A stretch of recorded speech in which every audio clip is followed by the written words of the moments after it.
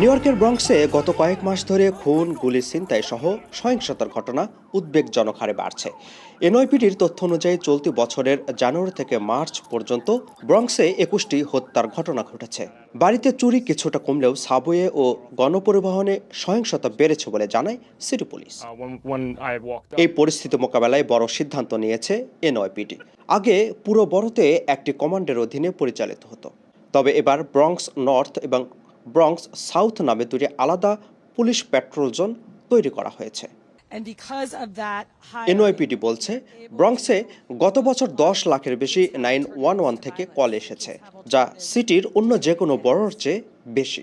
তাই ব্রঙ্কসে অতিরিক্ত প্রায় 200 পুলিশ সদস্য মোতায়েন করা হচ্ছে।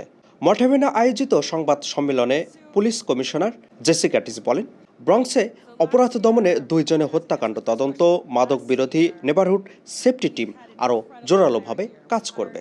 The Bronx generated nearly 1 million 911 calls for service, the highest volume of any borough in the city. Bronx residents have raised this issue with the NYPD for years, and they're asking a fair question.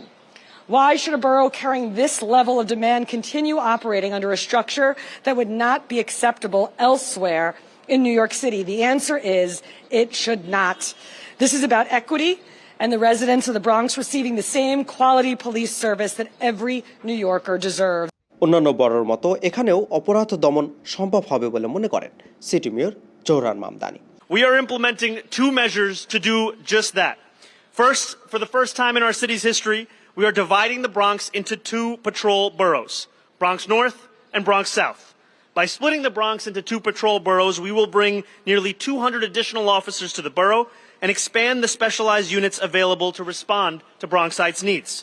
This is about providing the Bronx with the same standards that Brooklyn, Queens, and Manhattan already have.